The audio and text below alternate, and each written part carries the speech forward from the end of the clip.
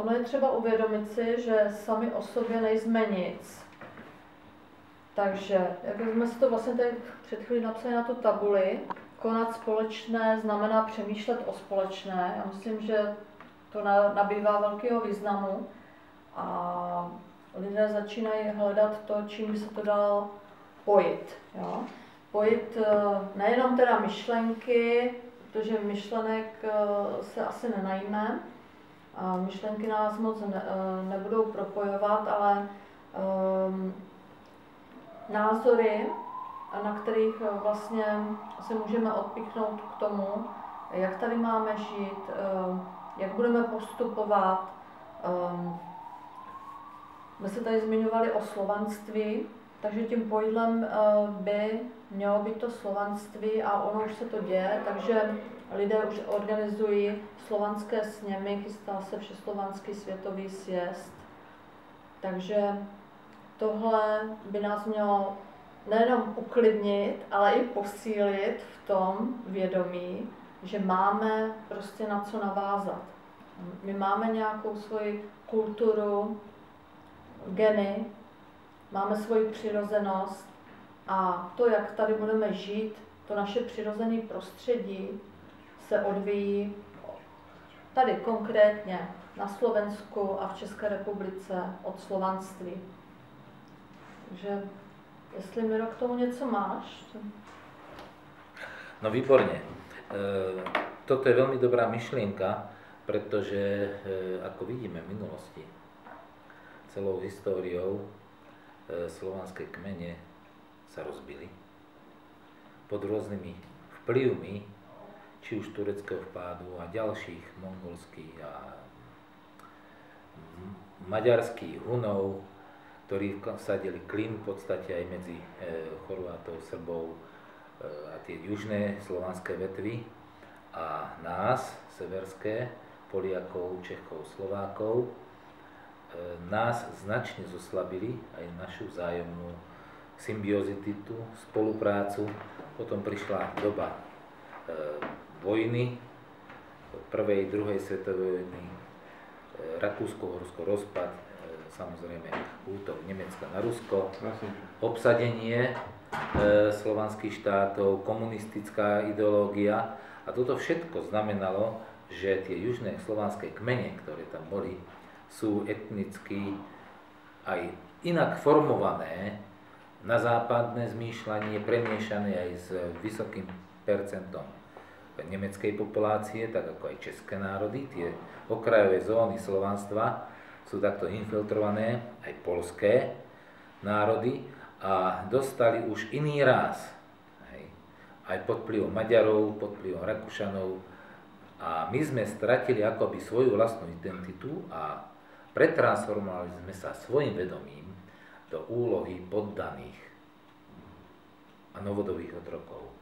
Toto v nás je zakorenené do takej miery, že nemáme ani silu, ani odvahu, ale ani len pomyslenie, ani pri rozhovoroch o dvojici, aby sme si uvedomili, ako sme zotročení. My nemáme myšlienky, ktoré by nás viedli k samostatnosti, suverenite, kde by sme si vyjadrili svoju vlastnú identitu, porozumeli jej a aby sme si ju zadefinovali. A to by som pokladal za bod číslo 1, aby sme sa sami uvedomili, čo sme. Trebárs aj formou, tak ako to spravili Štúrovci.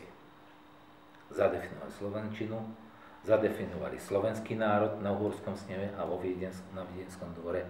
A touto cestou išli, takisto Češi majú veľkých svojich velikánov, treba sa na nich obrátiť. To je bod číslo 1.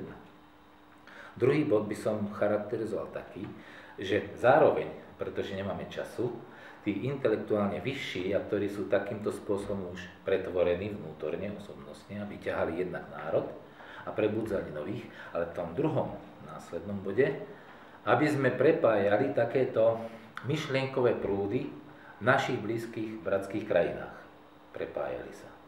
Aby sme budovali v predstihu už nejaké väzby a nejaké dobré spolupráce, novú kultúru a novú aj identitu nás, vzájomnosti ako celku, kde vytvoríme nový štátny útvar, nový celok, po všetkých stránkach, ktorý bol silný, zvrchovaný, sebavedomý, aspoň teórií, a potom sa to premiekne aj do praxe. A tretí bod, samozrejme tieto dobré skúsenosti. Ako slovanskej veľmoci by boli žiarivým príkladom pre celý svet, pre duchovnú obrodu celého národa, slovanského, ktorý prežiaril celý svet, ako príklad statočnosti, pretože máme čo dať. Tam by sa odstranili tie veci, myšlienky, ten zdelský, hnusný oligarchický kapitalizmus, ako tu kolega spomína. Tam by sa odstránilo to ponižovanie a neľudské zaobchádzanie človekom horšie ako so zvieraťom. Do krajnosti. Keby tieto myšlienky sa presadili ako celosvetové, pardon. Hej? To hovorím aj ja práve. Ale my ich musíme vedieť zadefinovať sami pred sebou, rozšíriť do nášho spoločenstva, lebo jedine tam dostaneme najbližšie porozumenie. My, bratské štáty Čechov a Slovákov, a následnom potom treba znať tie južianske vetvy. Poliaci majú svoju veľmi silnú polskú veľmi identitu, to je početný kraj, ktorý viedol kedysi aj križiacké vojny, Sienkiewicz to popísal. Oni sú hrdí na svoj národ a momentálne sú orientovaní prozápadne, proti Rusku. Je to tam ťažké, ale ja to vnímam tak, že vedenie, vláda a vôbec tá elita spoločnosti, ktorá je vo vedení, je inak orientovaná než národné povedomie, ako celkový ten národ. Takže tieto veci tam treba vydiskutovať, vykomunikovať a orientovať sa, aby tí ľudia si to sami prehovorili a spojitosti aj s tou históriou, lebo tá je veľmi poučná. V histórii máme veľa vecí skreslených, zakopaných, neznámych a zle pochopených. Schválenie. Ja by som k tomu povedal toľko, že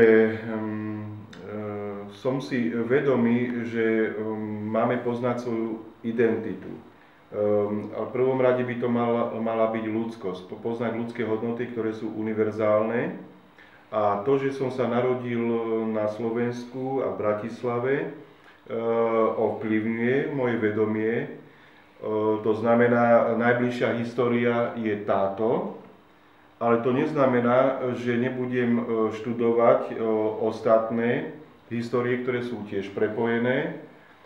Na rozdiel od Ameriky my sme ščítaný národ, nie sme veľmocenskí, čiže nás zaujíma aj tá duchovná hodnota. Ale to neznamená, že budem tomu teritóriu podliehať, lebo hovorím, na prvom mieste sú univerzálne ľudské hodnoty. To mi len slúži ako forma k niečomu väčšiemu. Keď rozoberieme slovanstvo, tak mi to pripomína trošku taký germanizmus.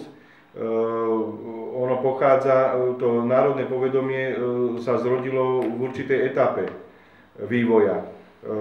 Najprv boli kmene, tlupy a tie mali tam medzi sebou hluché miesta, bojovali medzi sebou a postupne teda tá populácia rástla, až nakoniec vznikla určitá hranica, že ďalej nemôžu ísť.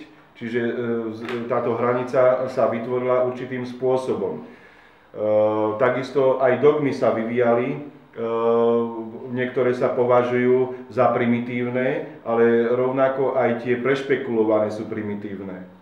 Čiže nikto nemá právo povedať, že ty si sekta, keď aj tí, čo diktujú, sú vlastne sektou, len väčšou. To znamená, že my musíme poznať históriu, dogmy musíme poznať národ a národy, ale len preto, aby nás poučili. Aby sme tú ľudskosť mohli lepšie len presadiť.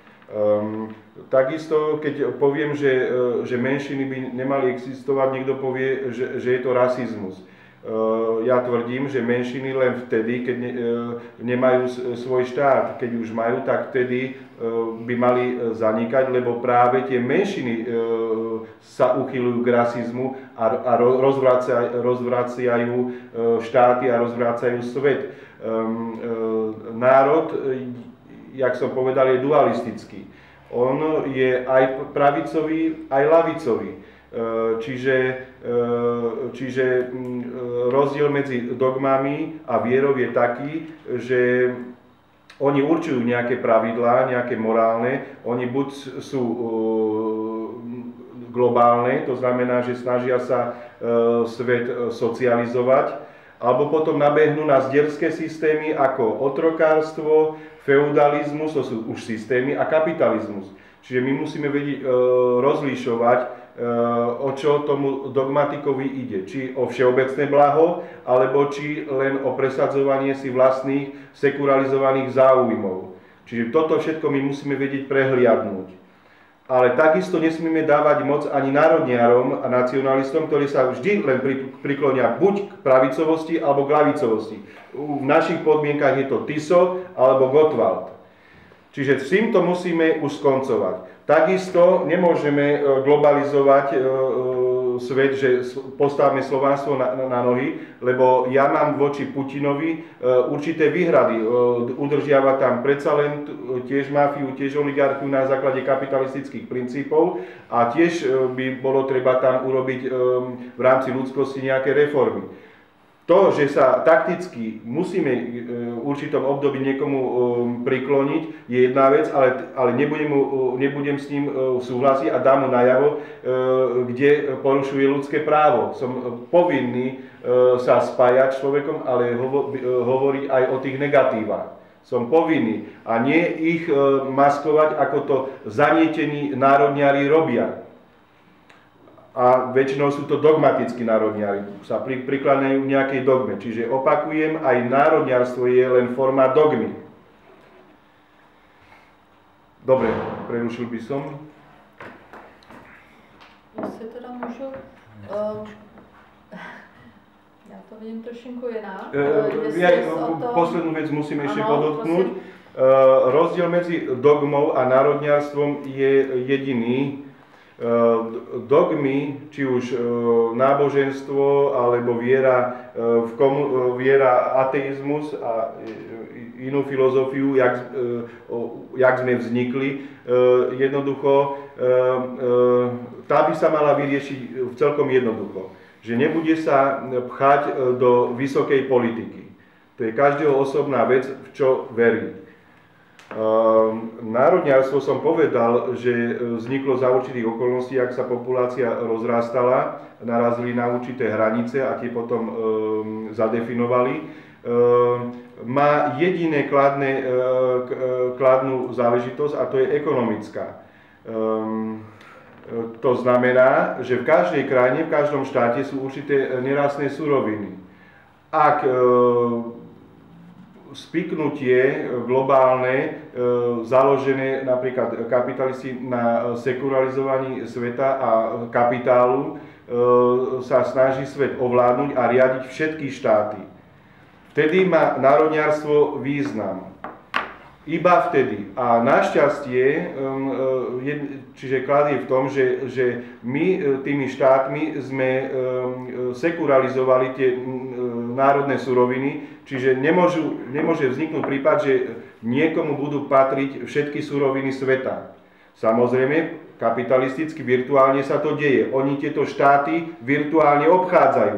Čiže oni bez toho, aby vkročili na akékoľvek územie, dokážu tie štáty ovládať virtuálne. Cez burzy, cez investorov, cez banky. Čiže tu je problém. Samozrejme, že za určitých okolností vytvárajú aj tie konkrétne konflikty, vojny a tak ďalej, že tá armáda tam má určitú úlohu. Takže to je jediný klad, že sme si rozdelili štátmi túto zemegulu, jediný klad, ale nesmie byť založená na naťahovaní sa, či som pravičiar, či som lavičiar a kto má väčšiu pravdu.